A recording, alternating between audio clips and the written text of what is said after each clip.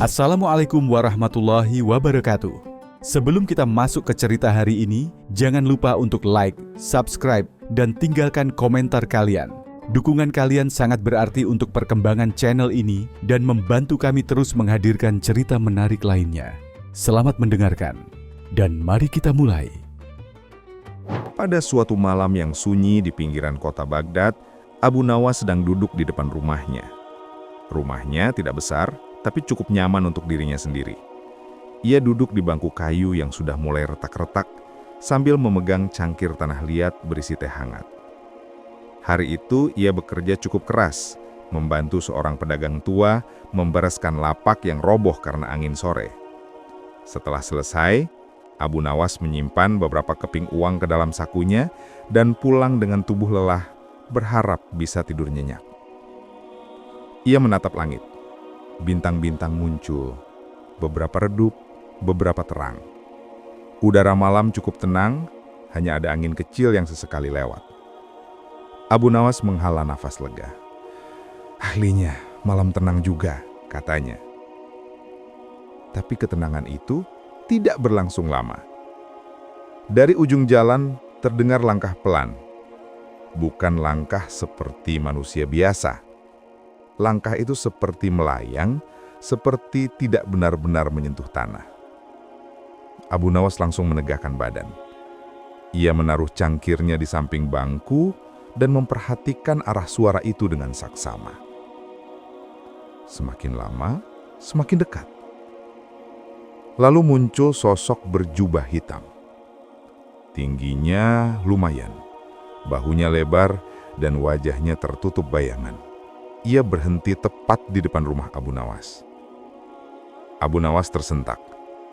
Siapa engkau?" tanyanya pelan. Sosok itu menjawab dengan suara datar. "Aku datang mencarimu." Mencari aku? Untuk apa?" Sosok itu bergerak sedikit mendekat. "Aku adalah malaikat maut." "Malaikat maut mencari aku?" "Iya." Abu Nawas langsung terdiam. Ia menutup mulutnya dengan tangan, nafasnya tercekak. "Malaikat maut mencari aku?" "Iya." Abu Nawas berdiri dengan langkah hati-hati. "Kalau boleh tanya, kenapa harus malam ini? Kenapa tidak besok saja? Atau lusa? Atau tahun depan?" Malaikat maut menjawab tanpa emosi. "Waktumu sudah dekat." Abu Nawas mengangguk pelan sambil mencoba berpikir. Baik.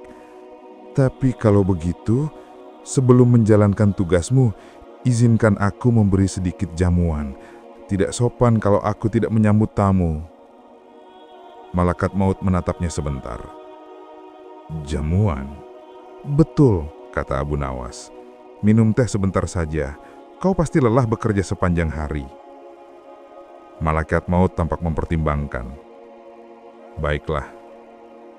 Abu Nawas mengajak sosok itu ke halaman belakang.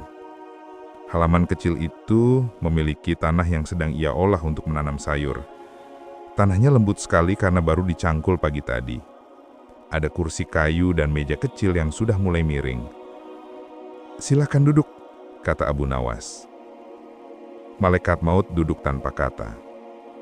Abu Nawas mengambil teko dan menuang teh. Ia berusaha bersikap santai, padahal jantungnya berdetak sangat cepat. Setelah menyerahkan cangkir, ia mulai berjalan pelan-pelan, mengambil sekop kecil yang tersandar di dinding. "Wahai malaikat maut," kata Abu Nawas sambil mencangkul sedikit tanah. "Aku ingin tanya sesuatu." "Tanyakan." "Kau ini kalau duduk di tanah yang lembut begini, bisa berdiri cepat atau tidak?" Malaikat maut menatapnya. "Apa maksudmu?" "Maksudku," Abu Nawas mengambil lebih banyak tanah lalu menumpahkannya ke arah kaki malaikat maut. Malaikat maut baru menyadari sesuatu. "Abu Nawas, apa?" Belum selesai berbicara, Abu Nawas sudah mencangkul tanah banyak sekali dan menumpuknya ke tubuh sosok itu. Ia bekerja secepat mungkin, seperti orang yang sedang mengejar sesuatu.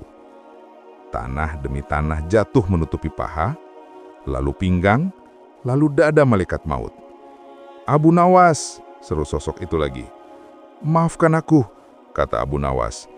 "Aku hanya manusia biasa, aku takut mati." Malaikat maut coba bergerak, tapi tanah yang baru dicangkul itu sangat banyak. Abu Nawas terus menumpuk tanah sampai hanya kepala sosok itu yang terlihat. "Abu Nawas, kau pikir ini akan menghentikanku?"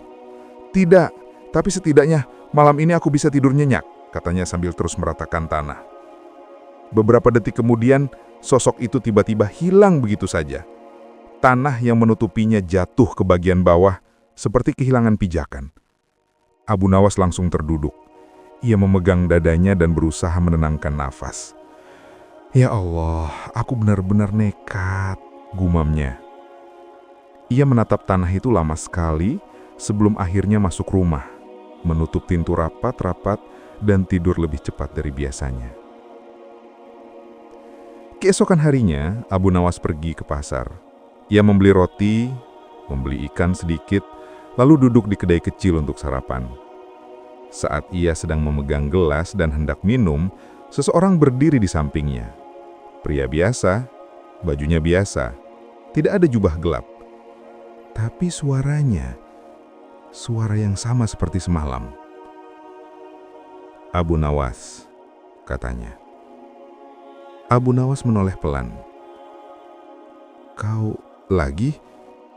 Pria itu mengangguk. "Kau berani sekali semalam." Abu Nawas langsung menunduk. "Maaf, aku kira kau datang menjemput aku." Pria itu melanjutkan, "Aku datang mencari seseorang, tapi bukan dirimu. Kau salah sangka." Abu Nawas membuka mulutnya sedikit. "Jadi, aku mengubur malaikat maut tanpa alasan?" "Bisa begitu," jawab pria itu tenang. Abu Nawas menutup wajahnya. "Astaga." Pria itu melanjutkan, "Tapi perbuatanmu semalam cukup lucu. Tidak ada manusia lain yang terpikir melakukannya. Aku tidak bangga." "Tidak apa-apa," jawab pria itu. "Yang penting, gunakan waktumu untuk kebaikan."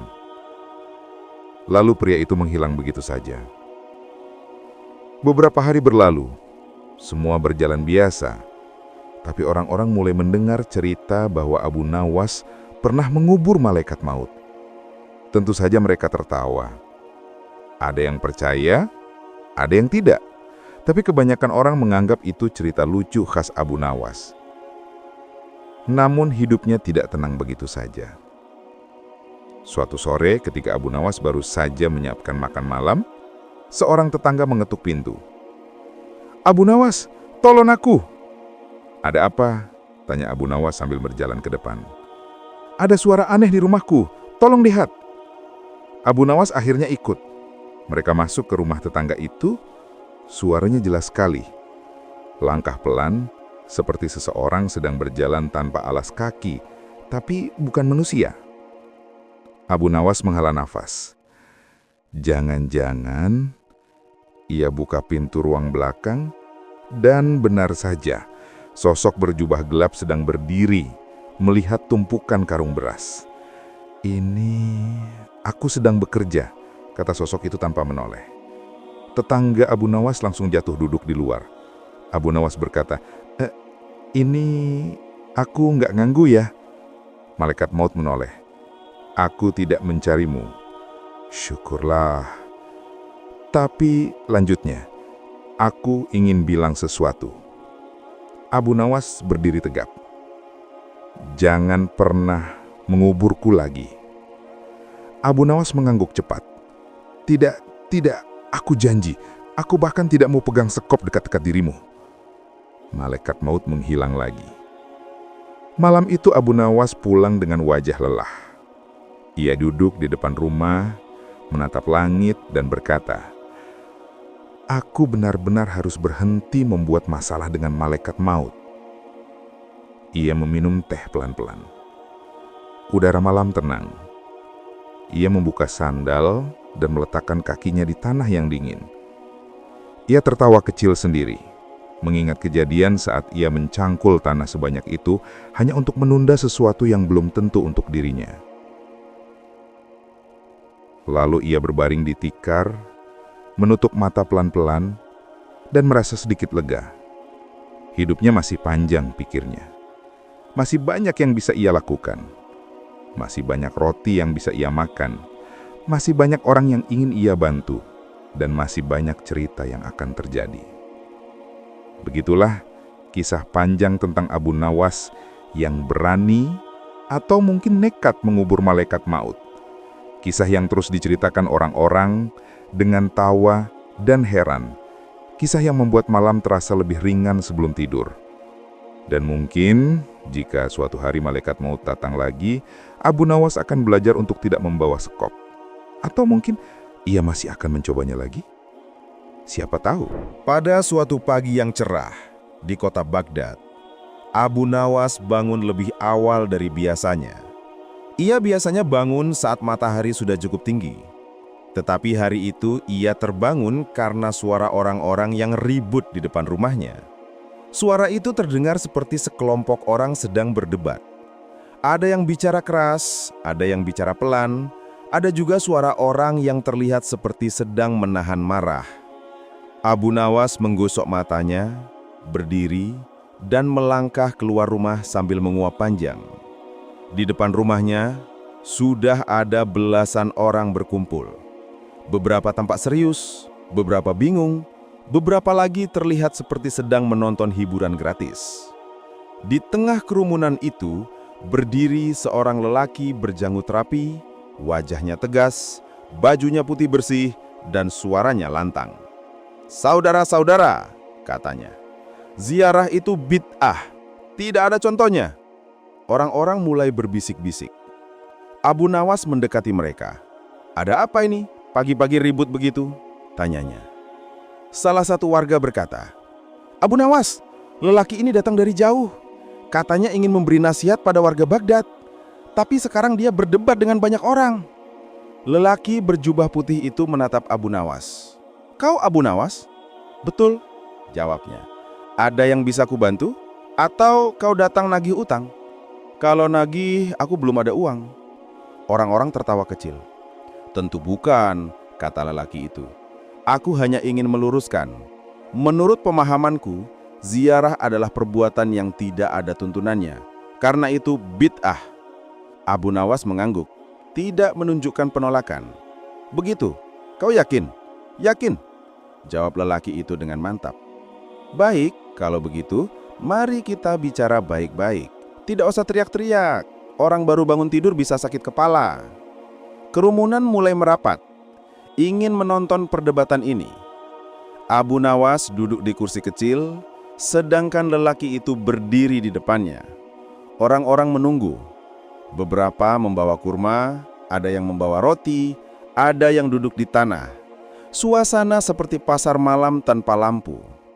Abu Nawas memulai. "Sebelum kau bicara panjang, boleh aku tahu namamu?" "Namaku Burhan." "Baik, Burhan. Kau bilang ziarah itu bid'ah, benar? Apa kau tahu apa itu ziarah?" "Tahu. Mengunjungi makam, itu bid'ah." Abu Nawas menggosok kepalanya. Menarik." Ia menatap warga. "Kalian semua dengar?" Warga serentak berkata, "Dengar." Abu Nawas kembali menatap Burhan. "Kalau begitu, pertanyaan pertama, kau ini dari mana?" "Dari luar Baghdad." "Mengunjungi kota Baghdad untuk apa?" "Untuk memberi nasihat." "Jadi kau berziarah ke kota Baghdad?" Orang-orang mulai tertawa kecil. Burhan tampak bingung. "Aku kesini untuk mengingatkan." "Oh begitu. Jadi ziarah ke kota boleh? Yang tidak boleh hanya ke makam?" "Ya," jawab Burhan cepat. Abu Nawas duduk santai. "Kalau begitu, kau pernah mengunjungi kuburan orang tuamu?" Burhan terdiam sejenak. Pernah, tapi hanya untuk melihat-lihat. Abu Nawas mengangguk. Kalau begitu, apa bedanya orang melihat makam orang tua dengan orang lain melihat makam orang soleh? Sama-sama melihat batu nisan, bukan? Burhan mulai gelisah. Abu Nawas melanjutkan. Tapi oke, aku tidak mau mendebat dulu. Kita buat perlahan saja. Ia mengangkat tangan agar orang-orang tenang. Burhan, kata Abu Nawas, kau bilang sesuatu itu bid'ah kalau tidak ada contohnya. Benar begitu? Benar. Baik. Kau datang dengan sandal? Ya. Pakai sabuk di pinggang? Ya. Bawa tas kulit? Ya. Abu Nawas tersenyum kecil. Pernah lihat contoh zaman dahulu sandal seperti milikmu dipakai orang jauh-jauh datang untuk menasihati warga Baghdad dengan cara seperti ini? Burhan mulai gelisah. Itu urusan kecil. Jadi ada bid'ah besar, ada bid'ah kecil. Burhan menatapnya tajam. Kau membolak-balikkan kata-kataku? Tidak, kata Abu Nawas tenang. Aku hanya memperjelas. Kerumunan mulai tertawa lagi. Burhan menghela nafas panjang. Intinya begini Abu Nawas. Aku datang untuk menyampaikan bahwa menurut pendapatku, ziarah itu tidak perlu. Orang bisa mendoakan dari rumah. Bagus. Bagus sekali. Tapi aku punya pertanyaan. Burhan menatapnya. Mendoakan dari rumah boleh? Boleh. Datang ke makam untuk mendoakan tidak boleh? Tidak perlu. Tidak perlu, bukan tidak boleh. Burhan terdiam. Ya, begitu. Abu Nawas mengangguk. Jadi, sebenarnya ziarah bukan haram. Hanya menurutmu tidak perlu. Warga serentak. Benar. Burhan mulai, tapi aku tidak suka melihat orang rame-rame ke makam. Membawa bunga, membawa air, membawa makanan. Abu Nawas langsung memotong. Itu masalah adat. Itu urusan budaya. Bukan ziarahnya yang salah. Adatnya bisa dibicarakan. Burhan memerah wajahnya. Tiba-tiba seorang warga tua bangkit. Burhan, aku tiap minggu ke makam istriku. Aku berdoa, aku bersih-bersih rumput, aku bicara barang 2 menit. Menurutmu salah? Burhan menjawab hati-hati. Tidak salah kalau hanya melihat. Si kakek mengangguk. Kalau begitu tidak masalah. Aku tidak menyembah batu nisannya. Aku cuma kangen. Orang-orang tertawa kecil. Abu Nawas menyela. Burhan, kau ralat lagi. Yang awalnya kau bilang bid'ah, sekarang jadi tidak salah kalau melihat. Burhan mengata keras. Aku hanya ingin meluruskan. Bagus, kata Abu Nawas. Aku juga itu. Abu Nawas berdiri dan berjalan pelan ke tengah kerumunan. Ia mengambil satu batu kecil dari tanah. Burhan, lihat batu ini. Kalau aku datang ke kuburan membawa batu ini, apakah itu bid'ah? Untuk apa kamu membawa batu? Untuk menahan kertas doa agar tidak terbangkin oleh angin. Burhan terdiam. Itu boleh saja. Kalau aku datang membawa air untuk membersihkan makam, itu boleh. Kalau aku datang membawa sapu, itu boleh. Kalau aku datang membawa roti dan memakannya sendiri di dekat makam karena lapar, boleh, tapi jangan tinggalkan di makam. Abu Nawas mengangguk. Baik, jadi sebenarnya semua boleh selama tidak menyembah, betul? Burhan diam sangat lama. Akhirnya ia berkata lirih. Ya. Orang-orang langsung bertepuk tangan. Burhan marah. Jangan tepuk tangan. Aku belum selesai bicara. Abu Nawas mengangkat tangan, menenangkan warga. Burhan, kata Abu Nawas lembut. Kau ini niatnya baik. Kau ingin orang tidak berlebihan. Itu sangat bagus. Burhan sedikit melunak. Tapi kalau kau datang awal-awal dengan teriak bid'ah, bid'ah, orang akan salah paham. Mereka pikir kau melarang semua hal. Burhan menghela nafas. Aku hanya ingin kehati-hatian. Nah, itu, kata Abu Nawas. Bilang kehati-hatian, bukan bid'ah. Orang jadi lebih mudah mengerti. Warga mengangguk. Dan satu lagi, kau bilang tidak ada contohnya. Tapi kau tadi bilang mengunjungi makam orang tua boleh. Itu sudah contoh. Burhan terdiam. Tidak usah dibuat rumit, Burhan. Orang ke makam bukan untuk menyembah batu. Mereka datang karena rindu, karena ingin mendoakan, atau sekedar mengingat mati. Itu hal yang manusiawi. Burhan menatap tanah. Lalu Abu Nawas mendekatinya dan berkata pelan, "Burhan, boleh tidak aku tanya satu hal terakhir?" Burhan mengangguk lemah. "Kalau ziarah itu bid'ah, kenapa kau dulu ziarah ke rumahku pagi-pagi begini untuk ribut dengan warga?" Kerumunan langsung meledak tawa.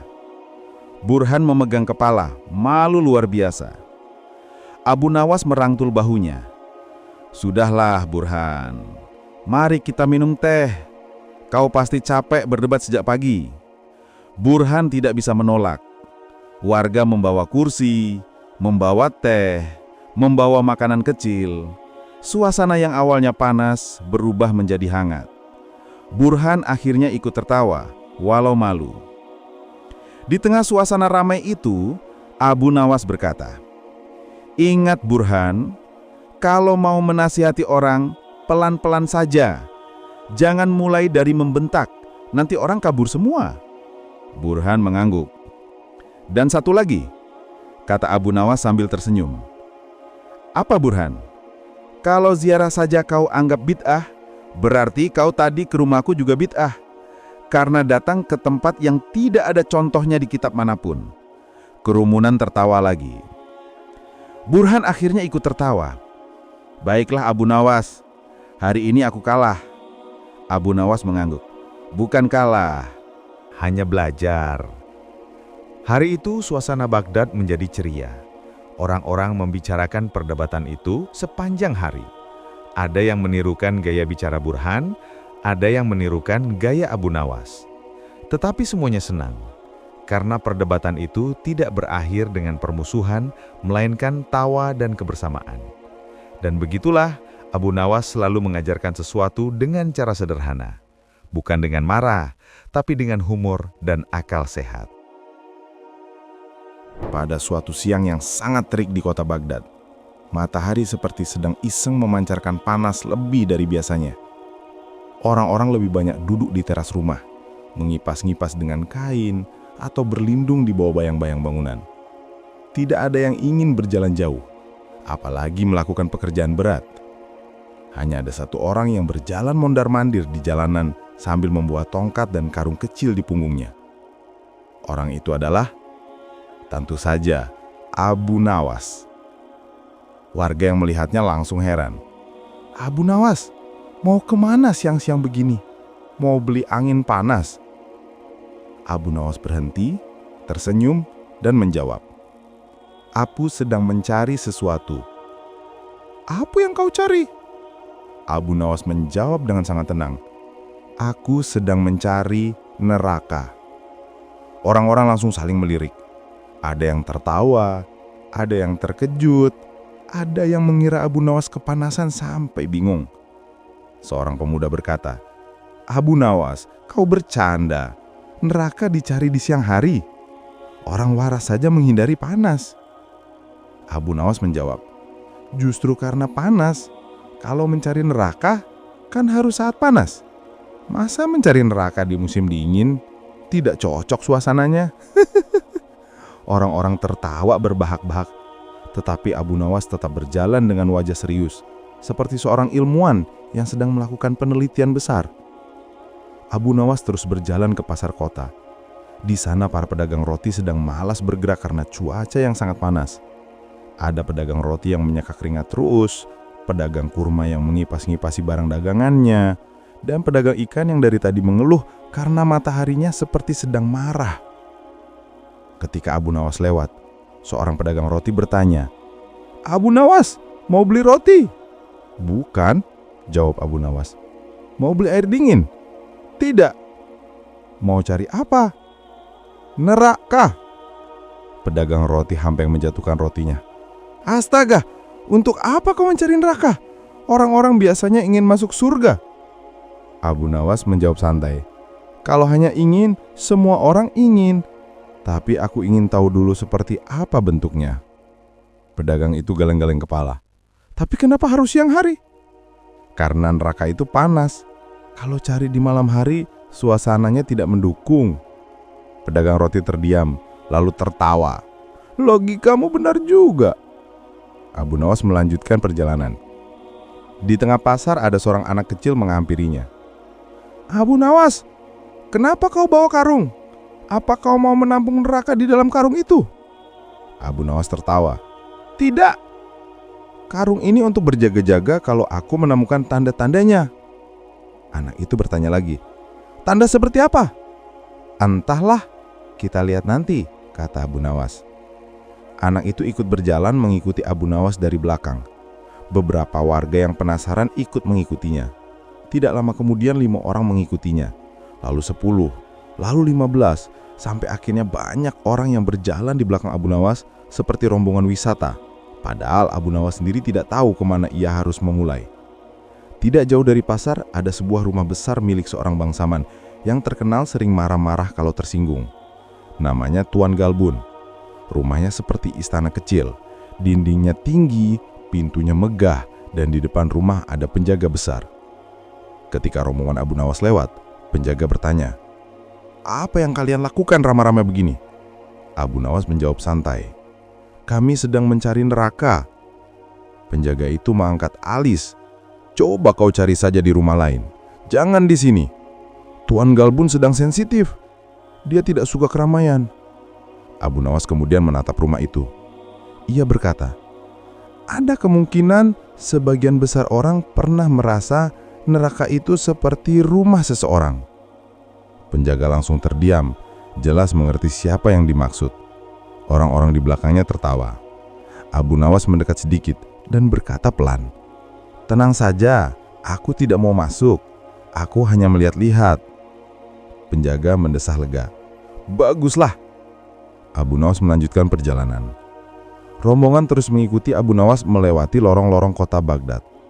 Mereka melewati tempat penjual rempah, melewati area tukang besi, melewati tukang kayu. Setiap lewat, orang-orang bertanya hal yang sama. "Abu Nawas, kau mau apa?" "Mencari neraka."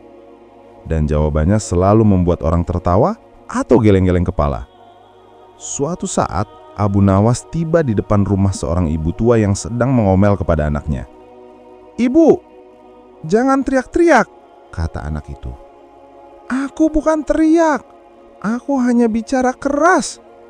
Suara mereka begitu keras sampai terdengar jauh. Abu Nawas menghampiri pagar rumah dan berkata kepada rombongan, "Nah, lihat, ada sedikit suasana panas." Orang-orang tertawa lagi. Ibu tua itu mendengar mereka dan bertanya, "Hei, apa yang kalian tertawakan?"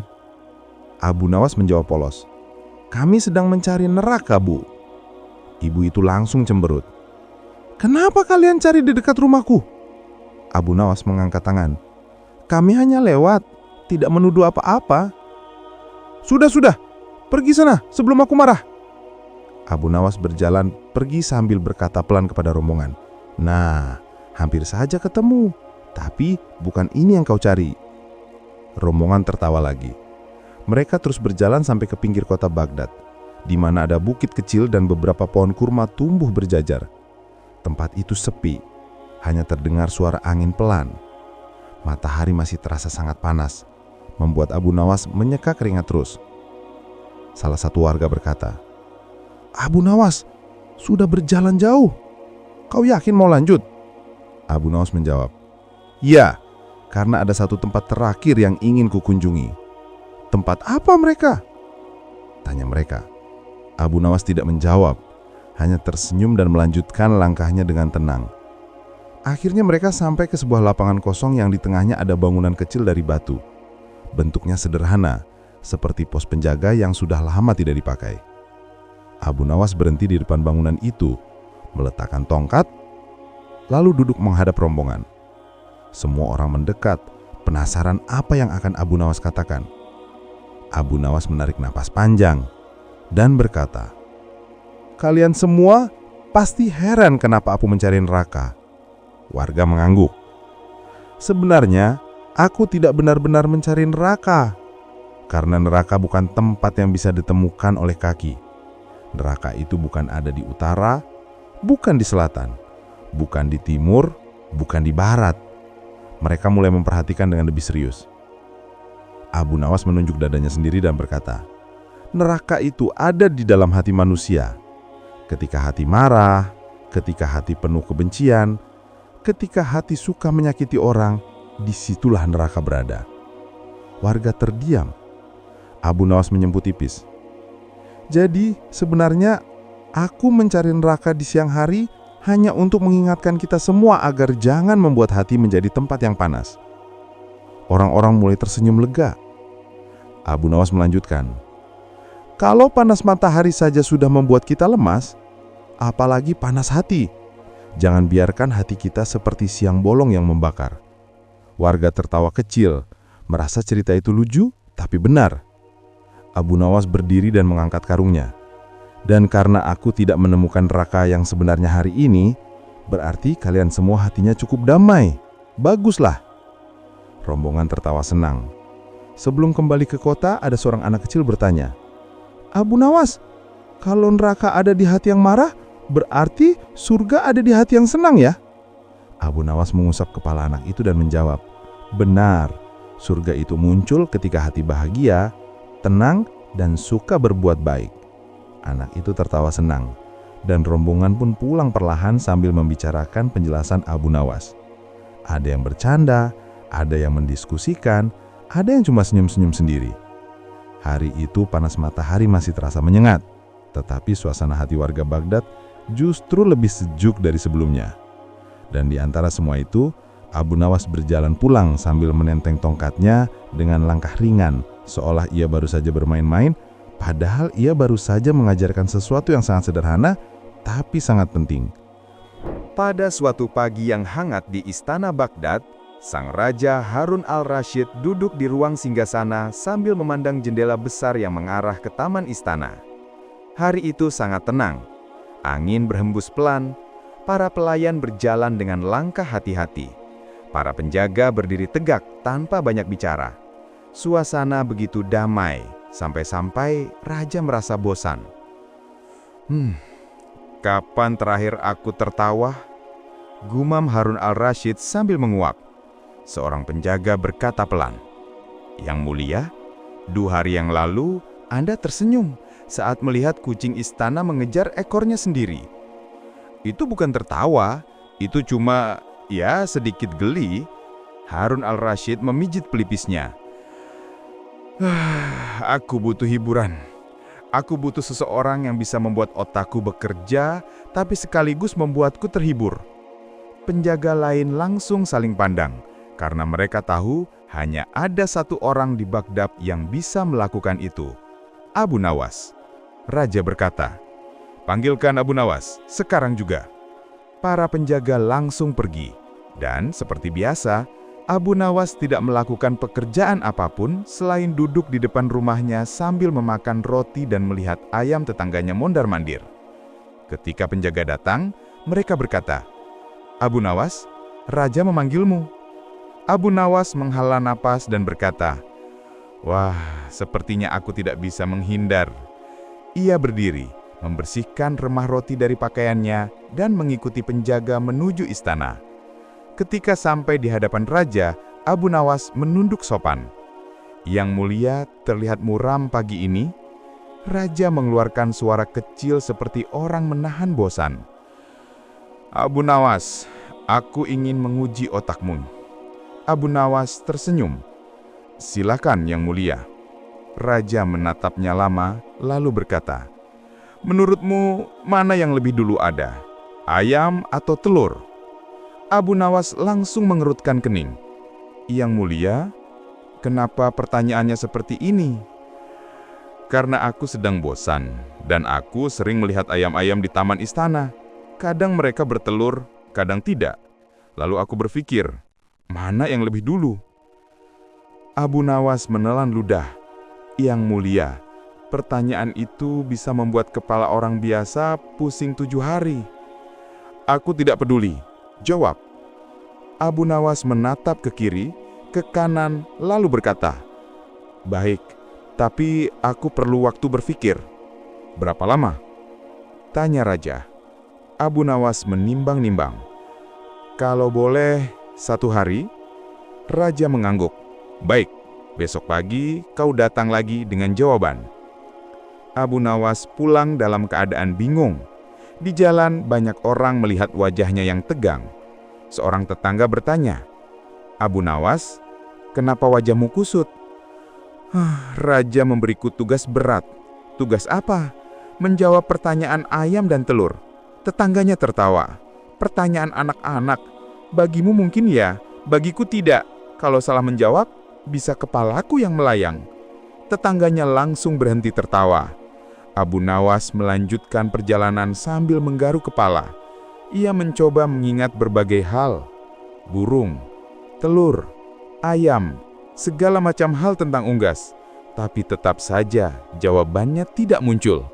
Di rumah, ia duduk di kursi kecil dan melihat ayam tetangganya berkeliaran. Ia berkata pada ayam itu, "Hei ayam, kau duluan atau telurmu duluan?" Ayam itu hanya mematuk tanah. Abu Nawas menarik napas panjang. Aku bicara dengan ayam pun tidak mendapatkan jawaban. Hari hampir malam, Abu Nawas memutuskan keluar rumah lagi untuk berjalan-jalan sambil mencari ide. Ia pergi ke pasar dan melihat seorang pedagang telur. Pedagang itu menyapa, "Abu Nawas, mau beli telur?" Abu Nawas menatap telur-telur itu lama. "Telur, telur." Pedagang bertanya, "Ada apa? Kau melihat telurku seperti sedang menimbang masalah besar." Abu Nawas menjawab, "Raja bertanya padaku, mana yang lebih dulu, ayam atau telur?" Pedagang telur terdiam sebentar, lalu berkata, "Menurutku telur." "Kenapa?" "Karena aku berjualan telur. Kalau tidak ada telur, aku tidak bisa jualan." Abu Nawas menggelengkan kepalanya. Itu bukan jawaban ilmiah, itu jawaban pedagang. Pedagang itu mengangkat bahu. "Aku ini pedagang, tentu saja jawabanku dari sudut pandang pedagang." Abu Nawas pergi sambil menghela napas berat. Selanjutnya, ia masuk ke bagian pasar unggas. Di sana ada seorang lelaki tua penjaga kandang ayam. Abu Nawas bertanya, "Paman, menurutmu mana yang duluan, ayam atau telur?" Paman itu berkata, "Ayam." "Kenapa?" "Karena kalau telurnya duluan, siapa yang menghangatkan? Telur itu tidak bisa panas sendiri." Abu Nawas mengangguk. Masuk akal juga. Tapi kemudian paman itu menambahkan lagi, "Tapi kalau tidak ada telur dulu, dari mana ayam datang?" Abu Nawas memejamkan mata. Paman, itu membuat makin rumit." Paman itu tertawa. "Hahaha, begitulah hidup. Tidak selalu ada jawaban pasti." Abu Nawas mulai stres. Ia berjalan lagi lebih jauh. Sampai akhirnya ia melihat seorang anak yang memegang ayam kecil. Anak itu berkata, "Abu Nawas, lihat ayamku." Abu Nawas memperhatikan ayam kecil itu. Ayam itu lucu. Anak itu berkata, "Ayam ini dulu dari telur." Abu Nawas bertanya, "Telur itu dulu dari mana?" Anak itu mengangkat bahu. "Dari ayam ibunya." Abu Nawas terdiam lama. Ini benar-benar lingkaran tanpa pintu keluar. Anak itu berkata, "Aku tidak tahu yang mana duluan, tapi aku senang memeliharanya." Abu Nawas mengusap kepala si anak. "Kau benar, kadang tidak perlu tahu mana dulu. Yang penting ayamnya sehat." Lalu ia berjalan pulang dengan kepala penuh tanda tanya. Malam tiba, Abu Nawas tidak bisa tidur. Ia berjalan mondar-mandir di rumah. Ia mencoba menghitung langkah, mencoba menghitung bintang, tapi pertanyaan itu tetap menguasai pikirannya. Di tengah malam, ia akhirnya mengambil keputusan. Tidak ada cara menjawab ini dengan logika biasa. Aku harus pakai cara Abu Nawas. Ia tersenyum kecil. Kalau aku tidak bisa menjawab, aku akan membuat raja berpikir aku menjawab. Ia merasa sedikit lega. lalu mencoba tidur. Keesokan paginya, Abu Nawas datang ke istana. Raja menunggunya sambil memegang kipas karena suasana agak panas. "Abu Nawas," kata raja, "sudah kau pikirkan jawabannya?" "Sudah, Yang Mulia." "Baik, katakan, mana yang lebih dulu ada, ayam atau telur?" Semua orang di ruangan tegang. Para penjaga, para pelayan, dan bahkan penasihat kerajaan ikut menahan napas.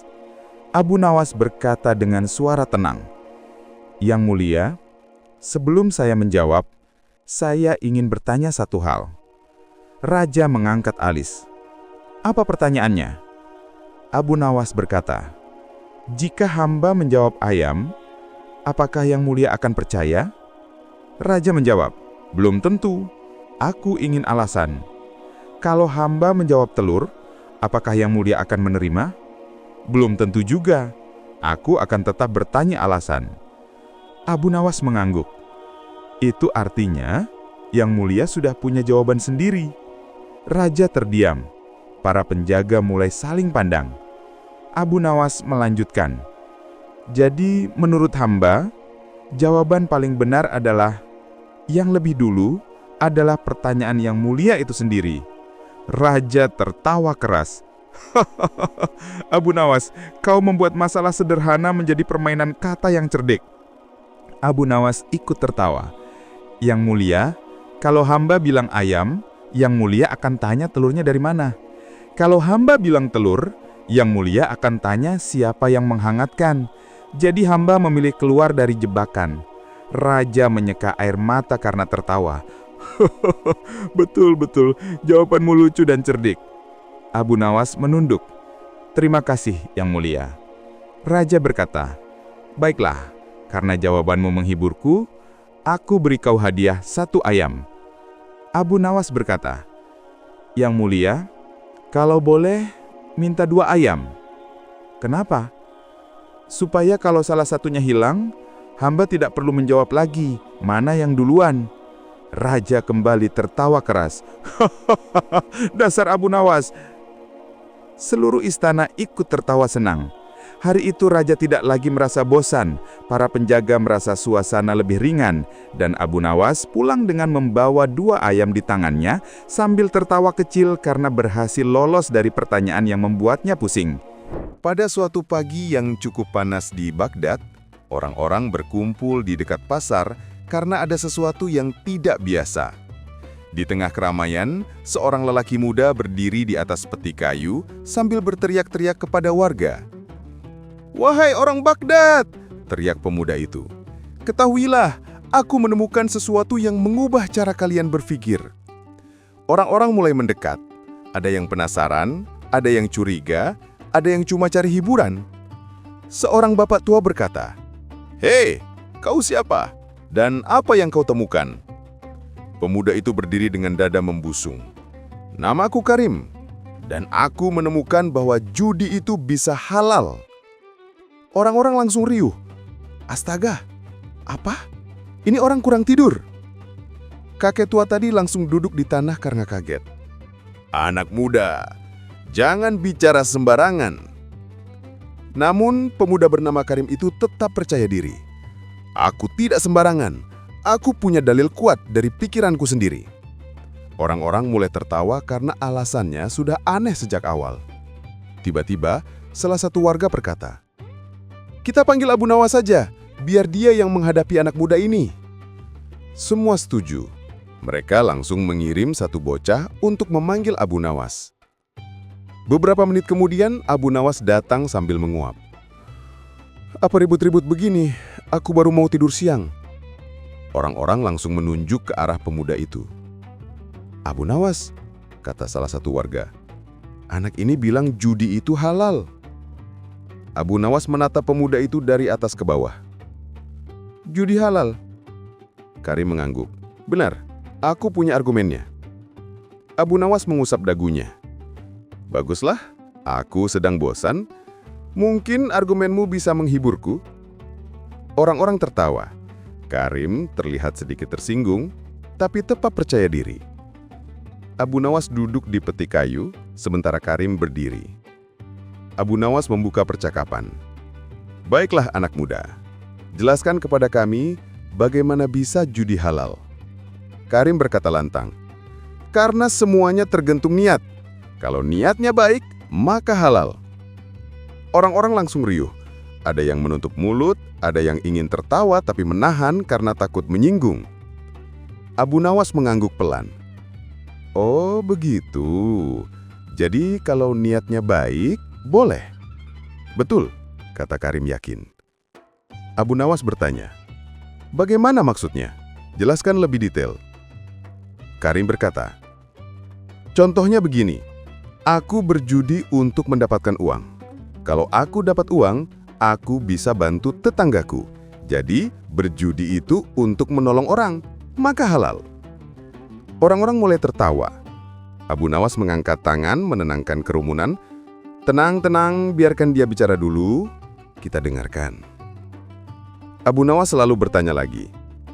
Kalau kau kalah, kalau malah butuh bantuan tetangga. Orang-orang tertawa, tapi Karim jawab cepat. Kalau kalah, itu ujian. Kalau menang, itu rezeki. Abu Nawas menahan tawa. Wah, bagus sekali pikiranmu. Cocok jadi pedagang mimpi. Orang-orang tertawa keras. Karim mulai marah. Ini argumen serius. Baik, argumen kedua apa?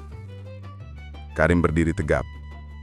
Argumen kedua, judi itu menyenangkan. Sesuatu yang menyenangkan tidak mungkin haram. Seluruh pasar langsung pecah tertawa. Kakek tua berkata, kalau begitu, makan 10 piring sehari halal karena menyenangkan. Pemuda lain menambahkan, kalau begitu tiduran seharian juga halal karena menyenangkan. Suasana kacau karena semua tertawa. Abu Nawas mengusap wajahnya. Anak muda, banyak hal menyenangkan tapi tidak membuatmu pintar. Karim berkata, tapi ini logis. Logis menurut siapa? Menurut pikiranmu sendiri yang mungkin kurang tidur. Orang-orang tertawa lagi. Abu Nawas kemudian berkata, baiklah, sekarang aku ingin debat serius. Jelaskan argumen ketiga. Karim menghela nafas dan berkata, argumen ketiga, judi itu menguntungkan. Kalau menguntungkan, tentu halal. Abu Nawas mengangkat alis. Menguntungkan siapa? Karim menjawab, yang menang. Abu Nawas mengangguk. Dan merugikan siapa? Karim menjawab, yang kalah. Abu Nawas bertanya lagi, kalau begitu, kau mau membuat hukum berdasarkan keuntungan pribadi? Ya. Orang-orang langsung tertawa keras. Seorang ibu berkata, kalau begitu aku halalkan semua harga sayurku naik 3 kali lipat karena menguntungkan. Pemuda lain berkata, aku halalkan meminjam uang dan tidak mengembalikan karena menguntungkan diriku. Orang-orang semakin heboh. Abu Nawas berkata, anak muda, hukum bukan mainan. Tidak bisa berdasarkan yang menguntungkanmu saja. Karim mulai gemetar tapi tetap bertahan. Abu Nawas melanjutkan debat. Sekarang aku bertanya, kau pernah menang judi? Karim menatap tanah. Tidak. Pernah kalah? Sering. Abu Nawas menepuk dahinya. Astaga. Jadi kau ingin menghalalkan sesuatu yang bahkan tidak menguntungkanmu sendiri? Orang-orang tertawa. Karim menjawab, itu karena aku belum latihan. Latihan apa? Latihan menang. Orang-orang tertawa lagi. Abu Nawas berdiri. Baiklah Karim, mari kita uji logikamu. Abu Nawas mengambil sebuah batu kecil dari tanah. Ia berkata, ini batu. Ya, kata Karim. Abu Nawas bertanya, kalau aku lempar batu ini ke kepalamu, itu menyenangkan bagi siapa? Karim menjawab, untukmu. Dan merugikan siapa? Aku. Abu Nawas mengangguk. Jadi, menurut logikamu, melempar batu ke kepalamu halal karena menguntungkan dan menyenangkan aku. Karim langsung panik. Tidak. Abu Nawas pura-pura bingung. Loh, bukankah itu logikamu? Sesuatu yang menyenangkan harus halal. Karim gugup. Itu lain. Abu Nawas melipat tangan. Tidak, itu sama. Kau hanya membenarkan hal yang kau sukai. Orang-orang bertepuk tangan. Abu Nawas selalu berkata, sekarang begini saja. Kita debat terakhir. Ia mendekat ke Karim dan berkata dengan suara sangat tenang. Andai berjudi itu halal, kenapa orang-orang yang berjudi selalu berkelahi? Karim terdiam. Kenapa orang yang kalah sering marah? Karim memandangi tanah. Kenapa orang yang menang sering sombong? Karim menggigit bibir. Kenapa hampir semua pemain judi pulang dengan wajah stres? Karim tidak bisa menjawab. Abu Nawas berkata, kalau sesuatu membuatmu stres, itu bukan halal, bukan haram. Itu bodoh. Seluruh pasar langsung pecah tertawa. Karim akhirnya berkata, Abu Nawas, aku menyerah. Oke, logikaku salah. Abu Nawas menepuk pundaknya. Bagus. Mengakui salah itu lebih hebat daripada menang debat dengan logika rusak. Karim menunduk malu. Abu Nawas menambahkan, mulai sekarang, kalau menemukan ide aneh, jangan langsung diumumkan di pasar. Coba pikir dulu, minimal 3 kali. Orang-orang tertawa dan mengangguk setuju. Karim berkata lirih, baik, aku akan belajar lagi. Abu Nawas tersenyum. Bagus, banyak belajar. Jangan seperti orang yang baru menang 1 kali langsung mau buka sekolah judi. Orang-orang tertawa lagi. Abu Nawas berjalan pulang. Orang-orang mengikutinya sambil bercanda, menirukan gaya Karim ketika mencoba membenarkan judi. Di perjalanan, seorang anak kecil bertanya, Abu Nawas, tadi lucu sekali. Jadi, menurut kamu judi halal atau haram? Abu Nawas menjawab, wah, itu urusan para ulama. Aku cuma meluruskan logika yang bengkok. Anak itu tertawa. Jadi, tadi cuma debat lucu ya? Abu Nawas mengangguk. Tentu saja. Kalau serius, aku sudah pingsan dari tadi. Anak itu tertawa lagi. Hari itu pasar Baghdad penuh tawa. Orang-orang merasa lebih ringan setelah menyaksikan debat lucu itu. Abu Nawas sedang duduk di depan rumahnya sambil memegang kipas bambu buatan seorang pedagang keliling. Kipas itu sudah bolong di bagian ujung, tapi Abu Nawas tetap memakainya karena menurutnya selama angin tetap keluar, itu sudah cukup. Hari itu Abu Nawas berencana untuk tidak melakukan apapun.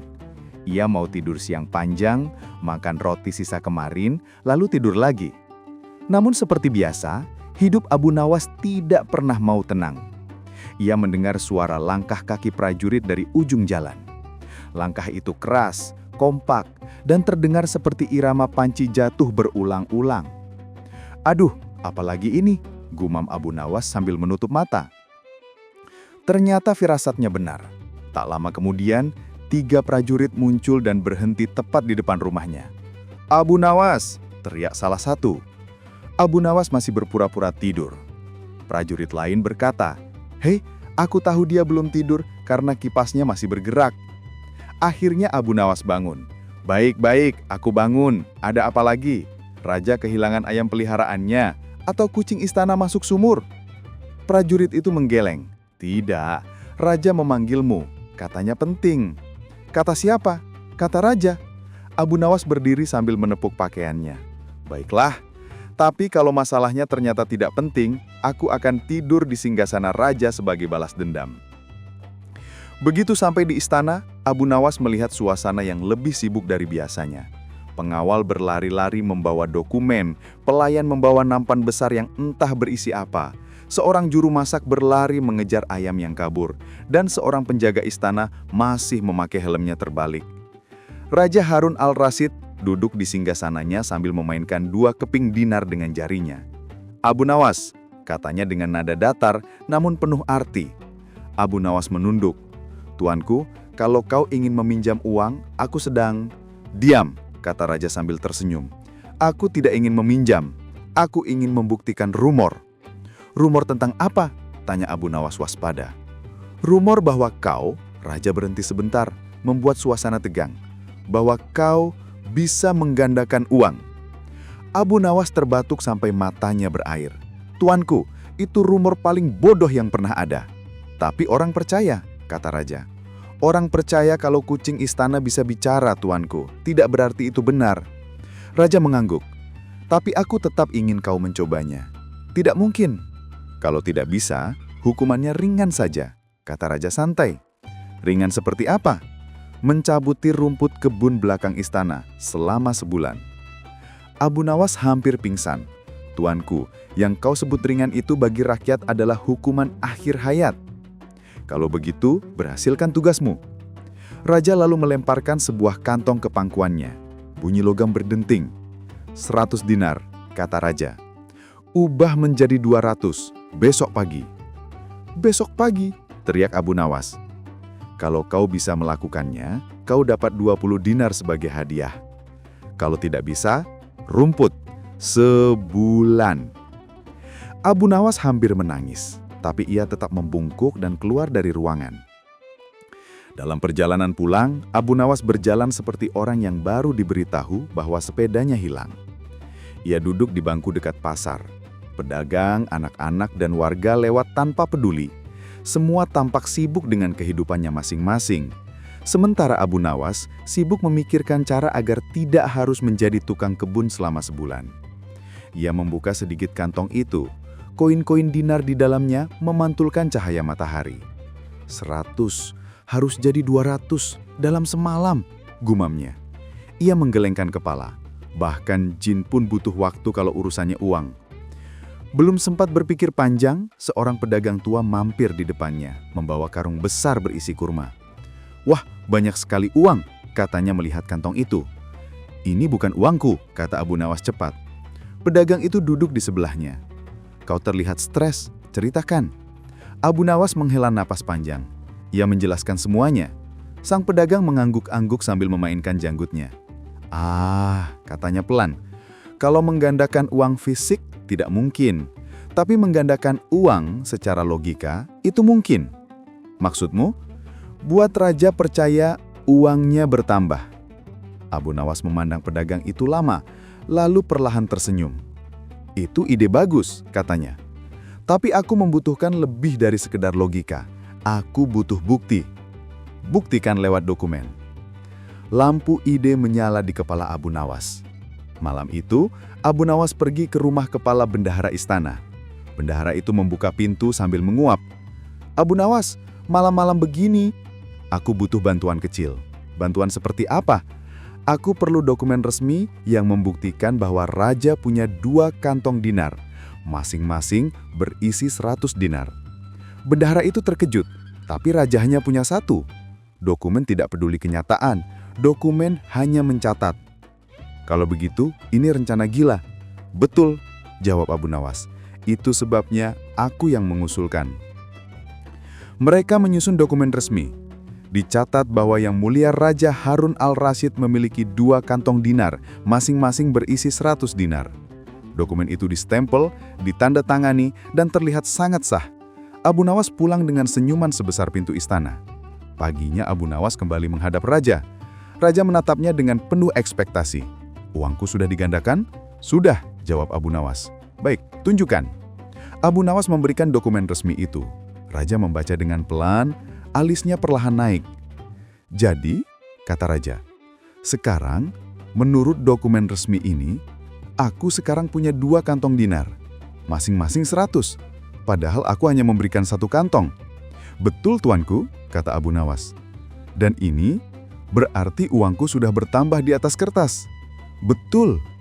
Raja menatapnya lama, sangat lama. Bahkan pengawal di kiri raja mengira Abu Nawas akan dihukum mati. Tapi akhirnya raja tertawa. Tertawa keras. Abu Nawas, kamu memang tidak pernah habis akalnya. Itu memang hobiku, tuanku, kata Abu Nawas santai. Raja menggeleng tak percaya. Baiklah, kamu menang. Ini hadiahmu. Raja melemparkan 20 dinar ke Abu Nawas. Tapi cerita ini belum selesai. Karena pada hari berikutnya, Raja jadi penasaran. Esok harinya, Raja memanggil Abu Nawas lagi. Tapi kali ini, wajah Raja penuh rencana.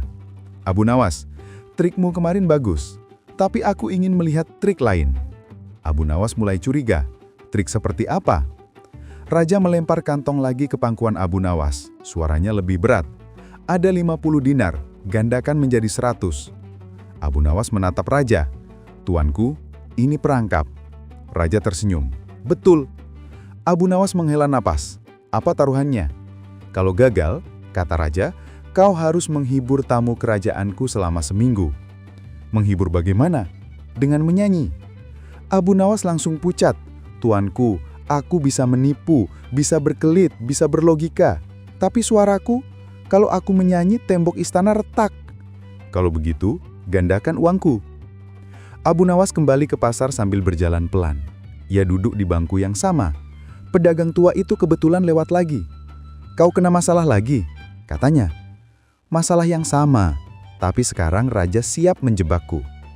Pedagang itu berpikir, kalau dokumen tidak bisa dipakai 2 kali, mungkin kau harus membuat Raja memberikan 2 kantong itu sendiri. Maksudmu? Buat dia sendiri yang menggandakan, kau tinggal memanfaatkan kelengahan.